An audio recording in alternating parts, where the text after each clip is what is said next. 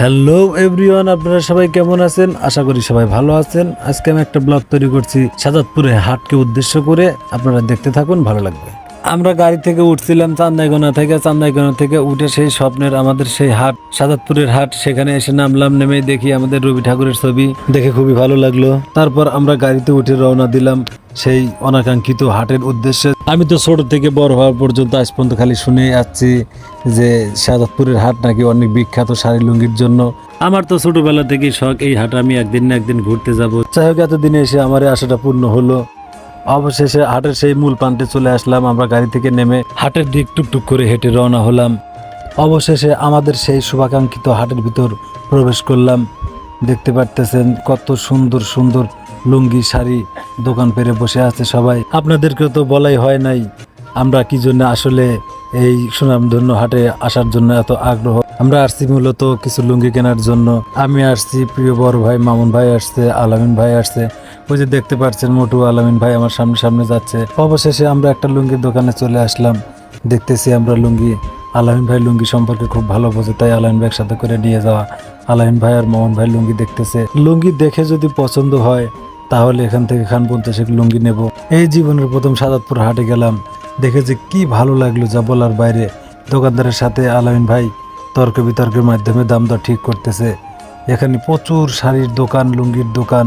এত বড় হাট আমি কখনোই দেখি নাই, সেই জন্যই দেখার এত আগ্রহ। যাই হোক, আমরা এখান থেকে কিছু লুঙ্গি কিনে নিয়ে তারপর ছুটলাম আবার সামনে একটা লুঙ্গির গোডাউনে যাব সেই লুঙ্গি দেখার জন্য। সামনে দেখেন কত লুঙ্গি শাড়ির দোকান পেরে। আমার জীবনে এত বড় প্রথম শাড়ি লুঙ্গির হাট দেখলাম। দেখে তো আমি অবাক। শুধু শাড়ি আর লুঙ্গি আর লুঙ্গি, কয়টা দেখবেন আর কয়টা নিবেন। যেটা দেখি সেটাই নিবার মন চায়, যেটা দেখি সেটাই নিবার মন চায়। দেখতে দেখতে আমি তো অবাক। এত শাড়ি লুঙ্গির হাট এই জীবনের প্রথম আমি এত বড় একটা হাট দেখলাম। খুবই ভালো লাগছে আমার। আপনাদের সবার দাওয়াত রইল, যারা যারা এখন পর্যন্ত এই হাটে আসেন নাই আসবেন, দেখে শুনে কাপড় কিনবেন, লুঙ্গি কিনবেন, আপনি মুগ্ধ হয়ে যাবেন। আমি তো দেখে একদম হতবাক হয়ে গেছি। যাই হোক, আবার অবশেষে চলে আসলাম আমাদের সেই লুঙ্গির ফ্যাক্টরিতে, যেখানে কাপড় ব্লক করে, প্রেসার দেয়, স্টিকার করে, সেই গুডাউনে চলে আসলাম। এসে দেখি দুইটা ভাই কি সুন্দর করে লুঙ্গি ভাঁজ করতেছে। আমার তো লুঙ্গি ভাঁজ করে এই জীবনের প্রথম দেখলাম, খুবই ভালো লাগলো দেখে। দেখেন এখানে কত মানুষ কাজ করতেছে, কত লুঙ্গির সমাগম এখানে, কত মানুষ লুঙ্গি এখান থেকে অর্ডার দিয়ে পাইকারি নিয়ে যা এলাকায় নিয়ে যা ব্যবসা করে। আপনাদেরকে একটা নতুন মেশিনের গল্প বলবো। দেখেন এই মেশিনটা, যত রকমের লুঙ্গি আছে এখানে প্রেসার দেওয়া হয়। এই লুঙ্গিগুলো ছোট ভাঁজ করার জন্য এখানে প্রেসার দেওয়া হয়। এখানে অনেকগুলো মানুষ এই ফ্যাক্টরিতে কাজ করে, এই প্রেসার দেওয়ার কাজ করে। দেখেন যে ভাই এখানে মেন দায়িত্বে আছে।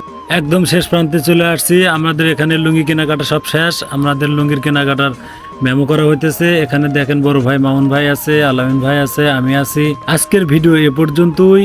দেখা হচ্ছে পরবর্তী কোনো ভিডিওতে। ততক্ষণে সবাই ভালো থাকবেন, সুস্থ থাকবেন, এ কামনাই করি। সবাই আমার জন্য দোয়া করবেন। আসসালামু আলাইকুম।